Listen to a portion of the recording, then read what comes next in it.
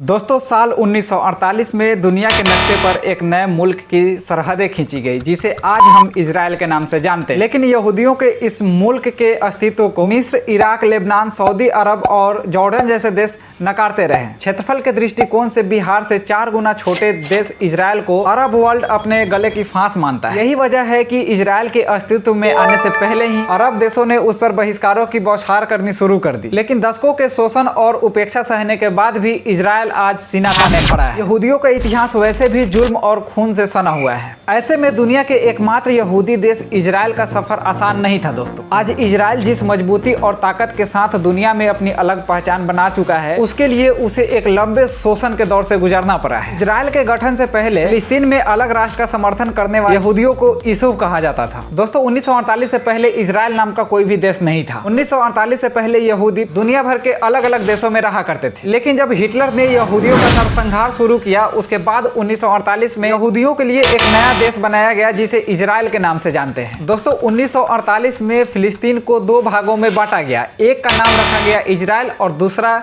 जिसे आज हम फलस्तीन के नाम से जानते हैं। 1948 से पहले वहां अंग्रेजों का शासन हुआ करता था। उसी समय यहूदी अपने लिए एक अलग स्वतंत्र देश की मांग कर रहे थे। 1948 में यूएनओ ने यहूदियों के इस मांग को पूरा करने का संकल्प लिया और यूएनओ के देखरेख में फिलिस्तीन को 2 भागों में बांटा गया, जिसमें से 48% हिस्सा फिलिस्तीन को दिया गया और 44% हिस्सा इजराइल को दिया गया और 8% हिस्सा जो यरूशलेम के नाम से जाना जाता है उसे यूएनओ ने अपने अंदर रखा। क्योंकि यरूशलेम 3 धर्मों का पवित्र स्थान है, इसीलिए यरूशलेम को यूएनओ ने अपने अंदर रखा। दोस्तों आपको बता दें कि अरब लीग की स्थापना ही इसलिए की गई क्योंकि उन्हें इजराइल का विरोध करना था। 2 दिसंबर 1945 को 6 देशों ने मिलकर अरब लीग की स्थापना की थी, जबकि आज के डेट में अरब लीग में कुल 22 देश हैं। आज इजराइल के खिलाफ 22 देशों का यह गुट दशकों से मोर्चा खोले हुए है। इसी दिशा में अरब लीग ने बायकॉट इजराइल स्ट्रेटजी शुरू की। इसका मकसद अरब लीग और इजराइल के बीच आर्थिक और अन्य संबंधों को पनपने नहीं देना था।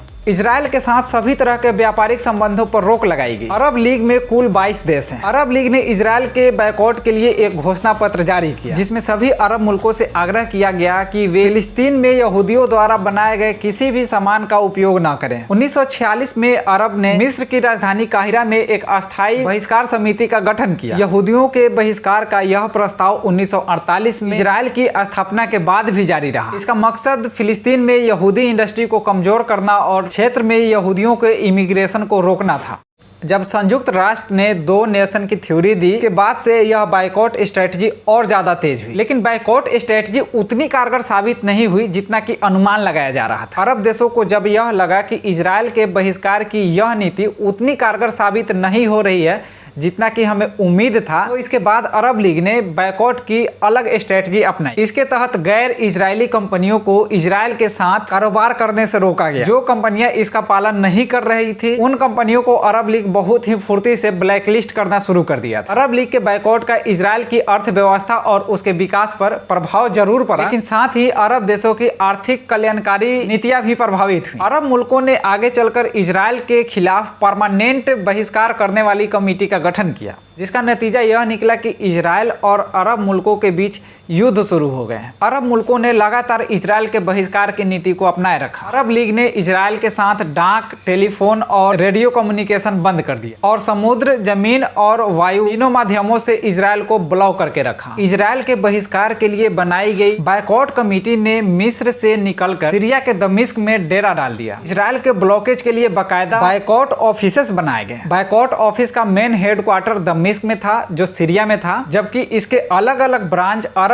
लीग में जुड़े हुए सारे देशों में फैले हुए थे। पता है इन ऑफिसों का क्या काम था? बायकॉट स्ट्रेटजी के नियमों का पालन नहीं होता है तो उस पे नजर रखना। दोस्तों इजराइल का क्षेत्रफल बिहार के क्षेत्रफल से लगभग 4 गुना छोटा है, लेकिन छोटा और दुश्मनों से चारों तरफ से घिरे इजराइल के हौसले कभी पस्त नहीं हुए। हर युद्ध के साथ इजराइल अपने आप को ताकतवर करता चला गया। अब आप इस बात से अंदाजा लगा सकते हैं कि एक अकेला इजराइल इजराइल 22 देशों से अकेले लड़ गया और ये 22 देश भी मिलकर कभी भी इजराइल का सामना नहीं कर सके। इतिहास गवाह है कि आज तक ये 22 देश इजराइल से जब भी भिड़ने गए हैं तो इनको मुंह की कहानी पड़ी है। इजराइल अकेले इनको जूता से मारकर वहां से भगा देता है। दोस्तों, इजराइल 1948 के बाद से लेकर अभी तक बहुत सारे युद्ध लड़े हैं। दोस्तों, इजराइल ने 1948 के बाद से अब तक जितने भी युद्ध लड़े हैं, या तो वो अकेले फलस्तीन के साथ लड़ा है या वो अकेले इन 22 देशों के साथ लड़ा है, लेकिन वो अकेले इन 22 देशों को कभी जीतने नहीं दी। दोस्तों, इजराइल की ताकत उसकी सेना में बस थी।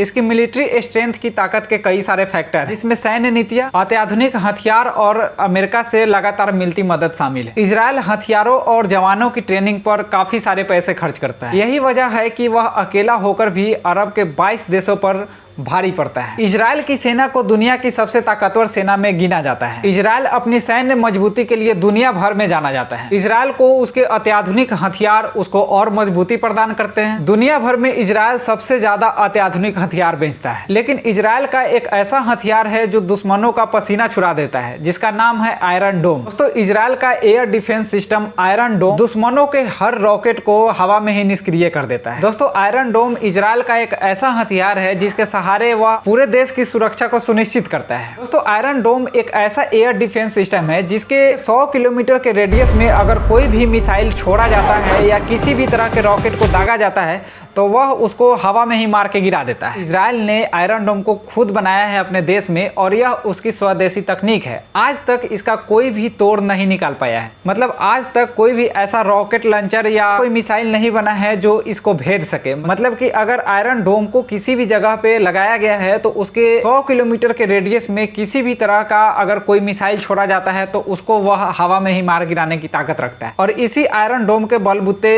इजराइल अपने सीमाओं को सुरक्षित रखता है। अब आप इस बात से अंदाजा लगाइए कि इजराइल के ऊपर एक बार में 1000, 2000, 1500 रॉकेट एक साथ फायर किए जाते हैं हमास द्वारा, लेकिन फिर भी उसका आयरन डोम तकनीक इतना पावरफुल है कि किसी भी रॉकेट को उसके जमीन पे गिरने नहीं देता है। 1948 में इजराइल की स्थापना के बाद से ही अमेरिका उसका पूरा समर्थन करता है। अमेरिकी सरकार हथियारों की बिक्री से लेकर आर्थिक सहायता तक हर तरह की मदद इजराइल को पहुंचाता है। दोस्तों, 2014 में अमेरिका ने इजराइल के साथ एक डील की थी जिसके तहत वह इजराइल को सैन्य मदद देगा। इस समझौते को इजराइल अमेरिका स्ट्रेटेजिक पार्टनरशिप कहा जाता है। दोस्तों, इस वीडियो में इतना ही। मिलेंगे अगली वीडियो में। जय हिंद।